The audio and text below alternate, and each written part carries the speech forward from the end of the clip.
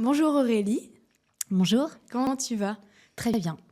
Alors, on est là aujourd'hui pour parler de ton projet, le Glazidou, et de ta formation chez Créactif et ce qu'elle a apporté à ton projet. Donc, premièrement, est-ce que tu peux te présenter? Oui, je m'appelle Aurélie Lequemener, je suis bretonne. Mon entreprise, c'est Glazidou et elle propose 3 offres tournées autour des produits bretons. Je propose une offre de click and collect pour des crêpes fraîches à emporter.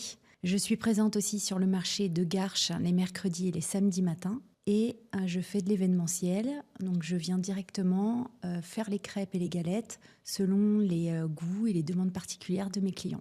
Et quel est ton parcours? Comment t'en es arrivé jusqu'ici? Alors, je viens de créer la société en mai 2025. Auparavant, j'ai travaillé 20 ans dans le domaine de la paye. J'ai troqué mes bulletins contre des crêpes et des galettes. Donc, c'est vrai que c'est un petit peu particulier comme parcours, mais ça faisait un petit moment que j'avais envie de créer une entreprise. Dans mon parcours, ça m'a beaucoup aidé aussi. Mon travail de responsable paye m'a permis aussi de faire de la gestion de projet. Ça m'a beaucoup aidé dans le parcours de création. Oui, t'as toujours su que tu voulais entreprendre. J'ai toujours eu envie, je savais pas que j'oserais le faire, vraiment. Donc, il y a eu quelques petits moments dans la vie où je me suis dit: «Tiens, j'aimerais bien faire ci, tiens, j'aimerais bien là». Et puis j'ai pas osé parce que, les enfants petits et puis le risque et puis, là, je dirais que j'ai eu une fenêtre pour le faire.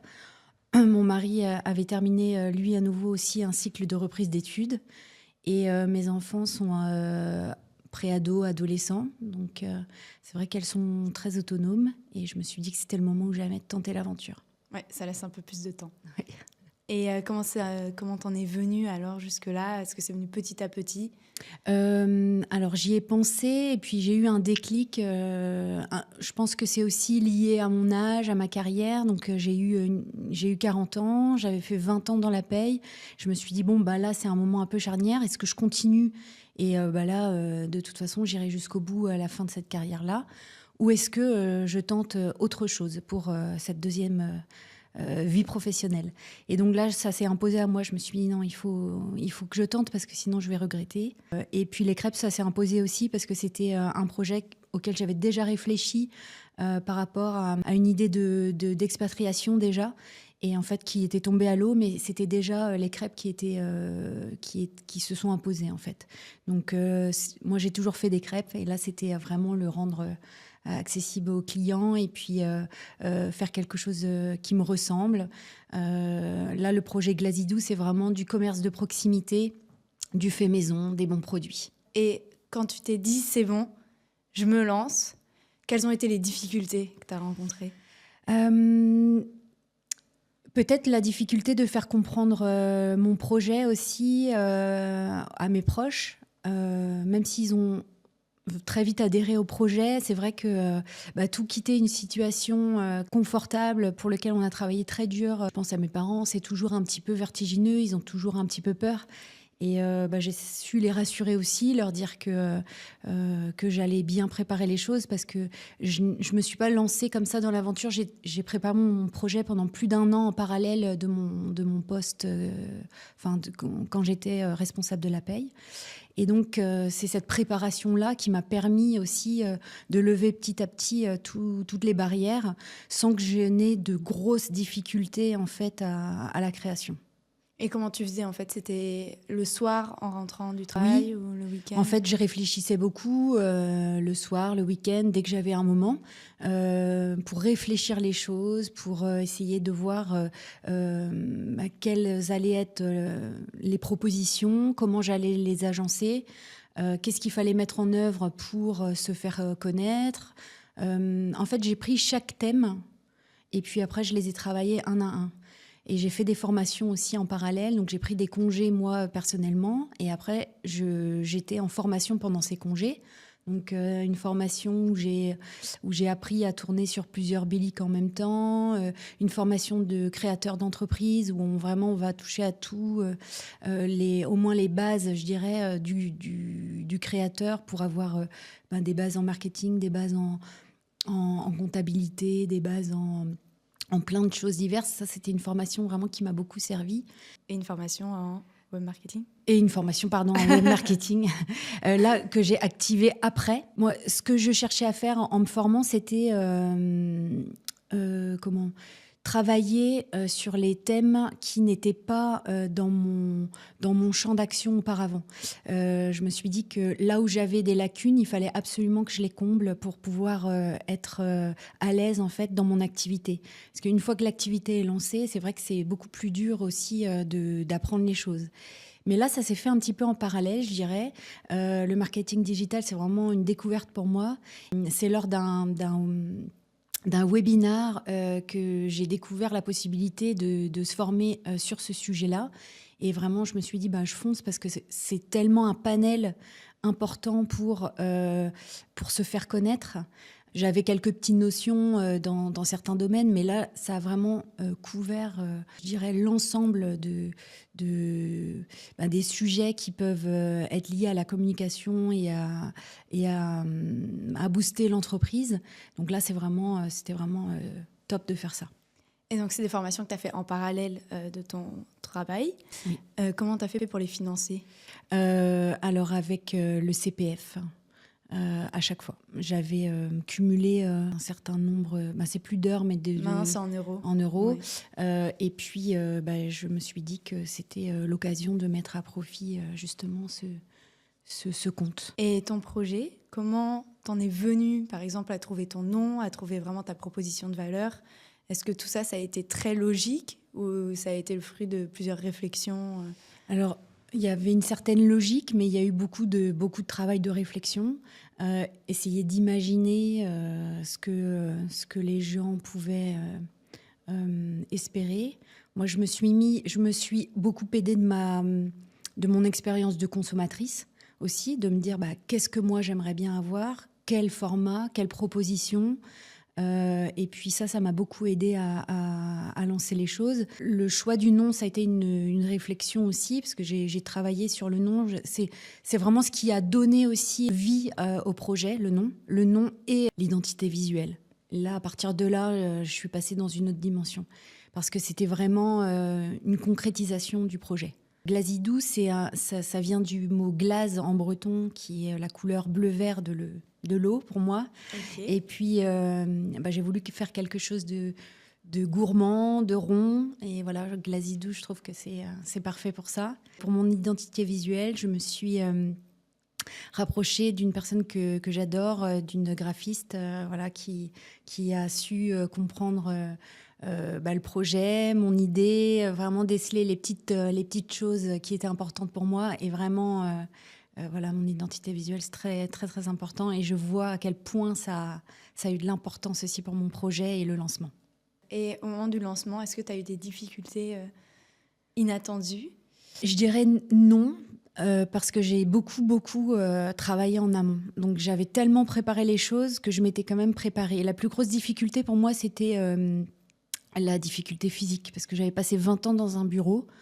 Et je savais que là, j'allais faire beaucoup de manutention, beaucoup de port de charge. Donc, ce que j'ai fait aussi, c'est que j'ai accompagné des gens au marché dans le même domaine. Ça m'a permis de voir leur organisation, qu'est-ce qu'il fallait et la difficulté. En le faisant quelques matinées, déjà, on se rend compte on se rend compte de la difficulté pour pouvoir justement ne pas être chamboulé par ça au moment du départ de l'entreprise. Je l'avais anticipé, je l'avais testé. Et donc, après, je me suis préparée un peu physiquement. Après, j'ai un passé de sportive aussi, donc ça m'a beaucoup aidée. Ouais. La manutention aussi, c'est essayer de réfléchir à porter le moins possible les choses dans des mauvaises postures. Donc, c'est aussi s'équiper. Donc, je me suis équipée de chariots, de choses qui m'aident au quotidien à pallier à ces charges importantes. L'envie de faire des marchés, c'était depuis le début ? Oui, parce que moi, en tant que consommatrice, j'allais au marché tous les samedis. Et c'est vraiment un instant que j'appréciais énormément dans ma semaine, parce que je trouve que c'est un endroit de partage, où on va trouver de bons produits. Il y a un côté retour un peu à l'essentiel, je trouve, au marché. Et je trouve que c'est un excellent moyen d'appréhender un nouveau métier. C'est d'aller vraiment dans le cœur et de le faire dans des difficultés quand même qui sont assez importantes. Et bon, je me prépare à l'hiver. Là, les températures commencent à descendre. Cela dit, comme je suis devant deux crêpières qui font 200-250 degrés, c'est un petit peu plus facile que mes collègues à côté au poisson ou à la volaille. Voilà, j'ai quand même un peu de chance. Je sais que ça va être difficile. J'adore me confronter aussi à la difficulté parce que ça permet d'apprécier aussi, dans mon parcours, je verrai la forme que Glazidou va prendre aussi dans le futur. Mais c'est important de se rendre compte de la difficulté des choses et d'apprécier justement après les choses à leur juste valeur. Et ça fait combien de temps les marchés depuis septembre. Depuis septembre, donc c'est le premier hiver. Oui. À qui s'adresse ton offre et quelle est ta présence en ligne ou tes moyens de communication ? Alors, mon offre, elle s'adresse vraiment à tout le monde, puisque les crêpes, c'est assez régressif. Donc, les enfants adorent les crêpes et ça va jusque très tard. Enfin, je crois que tout le monde aime les crêpes globalement. Donc, mon panel est assez large. Et après, pour tout ce qui est événementiel, c'est un peu un panel qui va graviter autour de mon âge aussi. Je dirais entre 35 et 60 ans, voilà. Pour tout ce qui est événementiel et événements privés. Après, le marché, ça s'adresse un peu à tout le monde. Pour ce qui est de ma présence en ligne, eh bien, la formation m'a permis aussi d'actionner certains points prioritaires, je dirais. Donc, moi, je travaille sur les réseaux, par exemple, qui me plaisent, principalement Instagram et Facebook. Donc là, j'essaye d'avoir une présence régulière aussi, montrer les produits pour montrer un peu l'envers du décor, le storytelling, voir ce qui se passe dans mes journées et puis montrer ce qui est possible aussi aux clients. J'aime bien, parce que je vends des crêpes fraîches, donc j'aime bien aussi faire des petites recettes, montrer ce qu'on peut faire avec une crêpe toute simple. Il n'y a pas besoin de grand-chose, mais on peut faire un super dessert, par exemple, à dîner quand on a des invités. J'aime bien susciter comme ça l'envie, une petite idée simple ou un déjeuner rapide quand on est seul. Bah voilà, une galette, c'est facile. On va se prendre un bon petit fromage, un petit légume de saison et avec 3 fois rien, on fait quelque chose de super. Donc, c'est comme ça que je suis présente sur Instagram et Facebook. Et ensuite, je fais un travail aussi de newsletter où là, c'est pareil, je propose une recette par mois. Je donne un petit peu les actualités de Glazidou. Et ce que j'essaye de faire, alors c'est tout nouveau, mais avec les commerçants de ma ville, à Garches, on propose une petite offre promotionnelle. Par exemple, je vais proposer une offre, ce que j'ai fait le mois dernier, c'est une galette avec des figues et un fromage. Eh bien, je suis en collaboration avec la fromagère de From Garches et à ce moment-là, on a offert un petit coupon pour aller, pourquoi pas, chercher ce fromage-là et tester la recette. Voilà, donc c'est un peu l'idée de la newsletter. Et puis, j'ai un site internet qui est en cours de construction. Il est en état de finalisation, donc je vais bientôt le lancer. C'est toi qui l'as fait ? Non, c'est pas moi qui l'ai fait. Encore une fois, c'est un peu comme le marketing digital. Je trouve que chacun a son métier. Et là, c'est vraiment un domaine où je suis totalement novice. Et surtout qui m'intéresse assez peu, je dois dire. Ouais. Moi, je suis vraiment dans le plaisir, dans la production. Là, c'est vraiment ce qui me plaît dans ma société. Et j'ai laissé à nouveau ma graphiste, Charlotte, qui a préparé un super site. Donc voilà, j'ai hâte de le lancer. Et Instagram et les réseaux sociaux, est-ce que dès le début, tu savais que tu voulais être présente et comment tu te sentais par rapport à ça ? Oui, en fait, c'était les réseaux que j'utilisais personnellement. Donc, c'était plus facile pour moi de les utiliser. Pour l'instant, je n'ai pas voulu passer à d'autres réseaux parce que, par exemple, le réseau TikTok, pour moi, me convient assez peu, même si je vois ce que je pourrais faire dessus. J'ai 2 ados chez moi et déjà, je n'ai pas forcément envie qu'elles aient TikTok. Ouais.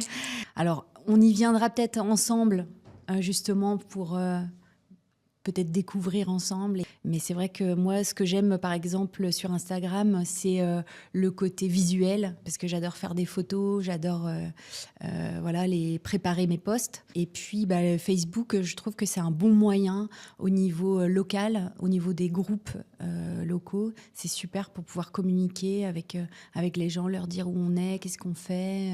Tu postes beaucoup sur les groupes Facebook, les communautés. Il faudrait que je sois un peu plus régulière. Là, je dois dire que je me laisse un petit peu happer par le quotidien et la production. Il est temps que je revienne un petit peu en arrière, justement, et utiliser tous les outils que j'avais commencé aussi à planifier avec cette formation en marketing digital.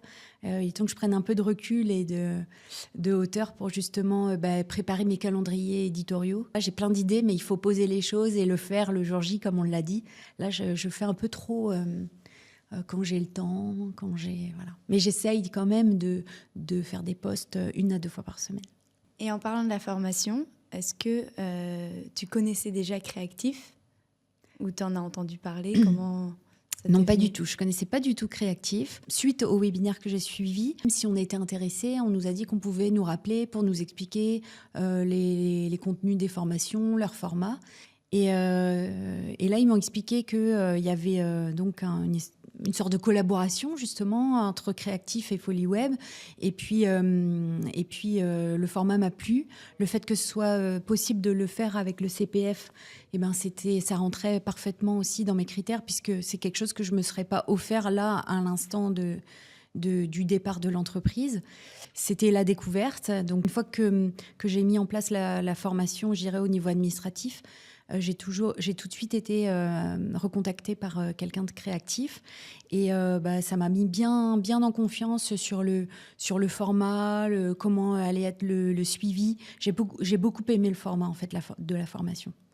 Le format à mon rythme, donc oui. sur la plateforme. Oui, parce que c'est vrai que j'ai des jours où je suis absolument pas disponible.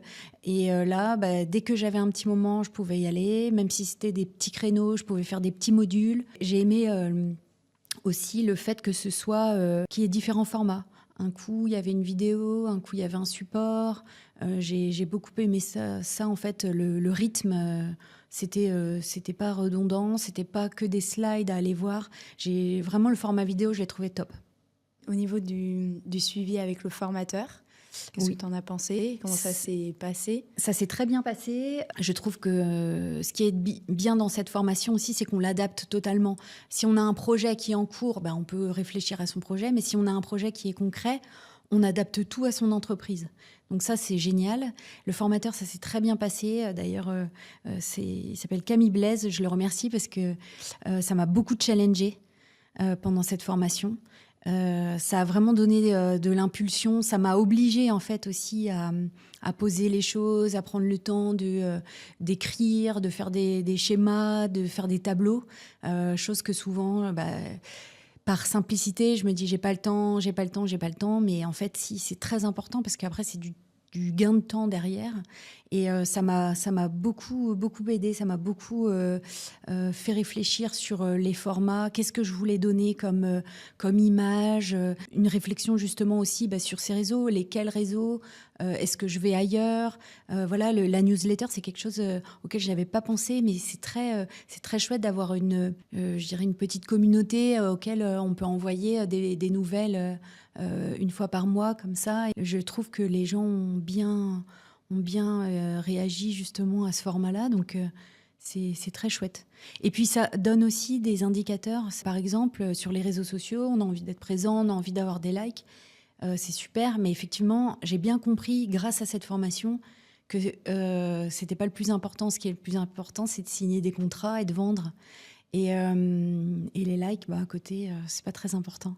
Donc c'est aussi recadrer les choses, replacer les choses et voir pour son business qu'est-ce qui a vraiment du sens. Après, tu as vraiment appliqué les choses directement, ça a pris plus de temps? Oui, alors je dirais que j'ai les clés maintenant. Alors je me suis donné une ligne de conduite avec un calendrier. Et maintenant, je suis en train de l'actionner tranquillement. Et c'est ça qui est bien aussi avec ce format, c'est qu'on a toujours accès au support. Ah, ça, je trouve ça génial parce Tu y que... retournes? Oui, j'y retourne. Je sais que j'ai vu des choses, je me dis, je vais retourner voir qu'est-ce que j'avais vu exactement. Et je trouve que c'est très important parce que souvent, quand on fait une formation, on a un support papier, on n'y retourne plus. Et là, on peut retourner voir les vidéos, on peut tout retourner voir. Enfin, il y avait des exercices concrets. Et ça, je trouvais que c'était bien d'y retourner aussi.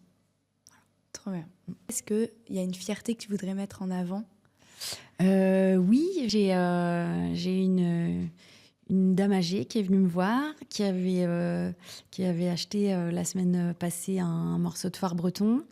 Elle avait 84 ans et elle m'a dit, quand je l'ai mangé, je suis retournée enfant avec ma grand-mère manger du phare breton. Et là, je me suis dit, bon, ça y est, quoi, je suis là où je dois être. Ça m'a fait tellement plaisir. Je me suis dit, c'est vraiment pour ça que je fais tout ça. Donc là, vraiment, j'étais très, très fière. Par rapport à la formation que tu as suivie avec Créactif, quelle notion, maintenant, quelques mois après, tu retiens particulièrement et quels sont les contenus qui t'ont marqué et que tu appliques toi au quotidien? J'ai appris que tout se préparait, que dans le marketing, en fait, c'est énormément de planification. C'est quelque chose que j'utilisais déjà dans mon métier dans la paye et que j'avais plaisir à faire déjà parce que pour que tout fonctionne, il faut que ce soit extrêmement planifié. Et en fait, j'ai trouvé avec plaisir que dans ce domaine-là du marketing digital aussi, que c'était la clé de réussite. Parce que sinon, on prend, je trouve, pour des gens qui sont un peu comme moi, assez portés sur que la production et puis le côté pratique de la société, c'est important de tout planifier, tout ce qui va être gravité autour. En fait, c'est ce qui naturellement va donner une image au client de choses bien ficelées, bien carrées. En fait, quand on va bien préparer son marketing, on va rien voir de précis, mais on va voir que tout fonctionne. Et c'est vraiment ça que je garde comme ligne de conduite, c'est de préparer les choses et puis de rester sur cette ligne de conduite, sur ce calendrier que je me suis fixé, qui petit à petit, au moment de la formation, avait énormément de sens. Et à chaque fois que j'y reviens, je me dis, bah oui, c'est vraiment la ligne de conduite qu'il faut que je suive. Ok. Et donc, toi, tu étais habituée de Instagram avant. Est-ce qu'après la formation, tu as vu une différence dans ta manière de poster, dans les contenus que tu as créés? Oui, tout à fait. J'avais quelques notions parce que j'avais fait une petite formation d'une demi-journée sur Instagram particulièrement. Donc, j'avais quelques notions. Mais c'est vrai que là, ça m'a permis de voir qu'est-ce qui était important. J'avais tendance à poster une photo comme ça, mais en fait non, c'est important d'aller travailler sur le texte qui accompagne, tout travailler en fait, ne rien mettre si c'est mal fait, de préférer avoir du contenu à chaque fois de qualité. Et tout de suite, j'ai vu la différence sur les posts, puisque avant, bon, c'est vrai que j'avais des posts, j'utilisais ça personnellement, donc c'était des comptes fermés. Mais c'est vrai que là, tout de suite, j'ai vu la différence sur certains formats aussi. Qu'est-ce qui plaît, qu'est-ce qui plaît pas, et tout de suite, qu'est-ce qui est boosté par l'algorithme. C'est tout nouveau encore, hein, mais je vois bien que là, je dépasse des nombres de vues qui, pour moi, étaient complètement impossible au départ à avoir. Ça reste tout petit, hein. C'est pas du tout, je cherche pas du tout une présence en ligne complètement dingue. Voilà, moi je veux juste que justement ça fonctionne autour de moi pour que le commerce de proximité soit vraiment mis en avant. Au niveau de la newsletter, comment est-ce que tu as trouvé des gens qui étaient intéressés pour les inscriptions et tout ça? Alors, j'avais déjà une base client grâce à un questionnaire Facebook que j'avais envoyé sur un groupe de la ville. Avant de me lancer, j'avais envoyé ce questionnaire-là pour sonder un petit peu les envies des personnes. Et à la fin du questionnaire, j'offrais la possibilité de me laisser les coordonnées si jamais ils étaient intéressés pour la suite de l'aventure. Et c'est grâce à ça que je suis partie déjà avec une base client que, au fur et à mesure, j'agrémente. Donc, j'en parle aussi sur le marché. Je dis, si vous êtes intéressé, j'envoie des petites recettes une fois par mois. N'hésitez pas à me laisser vos vos coordonnées par mail. Et puis, je fais des posts aussi sur les réseaux où j'invite à s'inscrire sur la newsletter. Donc, grâce à ça, mon carnet grossit petit à petit. Et je sais que ça, c'est vraiment quelque chose que, en plus, je peux travailler encore plus. Donc, il faut que j'active ce levier. Et tu as eu des retours déjà sur Oui. Oui, les gens sont contents. Et, c'est tout nouveau, mais c'est vrai que j'ai hâte de faire la prochaine. Là, j'ai plein d'idées. C'est chouette. Trop bien. Est-ce que pour finir, tu aurais un conseil à donner à toutes les personnes qui veulent se lancer dans l'entrepreneuriat ? Oui, d'oser d'abord. Oser parce que l'aventure, elle est chouette. Vraiment, même si on ne connaît pas encore l'issue, moi-même, je ne sais pas encore ce que ça va donner. Mais rien que l'aventure, là, le parcours, c'est extra. On rencontre énormément de gens. Il y a énormément de choses il y a énormément de soutien. Il y a beaucoup de structures qui sont là pour aider les entrepreneurs, beaucoup de structures qui sont là pour aider les femmes qui entreprennent aussi. Donc, oser et puis planifier, préparer. Parce que vraiment, il faut tout. C'est pas qu'il faut tout prévoir, mais il faut s'assurer au niveau de ses revenus, au niveau de la rentrée d'argent. Pour pouvoir le faire sereinement. Et souvent, d'après ce que j'ai pu entendre, les femmes sont plus frileuses justement de ce point. Elles osent moins entreprendre par rapport à ça. Et il y a énormément de choses prévues. Donc vraiment, aller se renseigner, pousser des portes, voir ce qui est possible pour les aider. Parce que vraiment, je pense qu'il y a beaucoup de choses à faire. Merci beaucoup. Merci.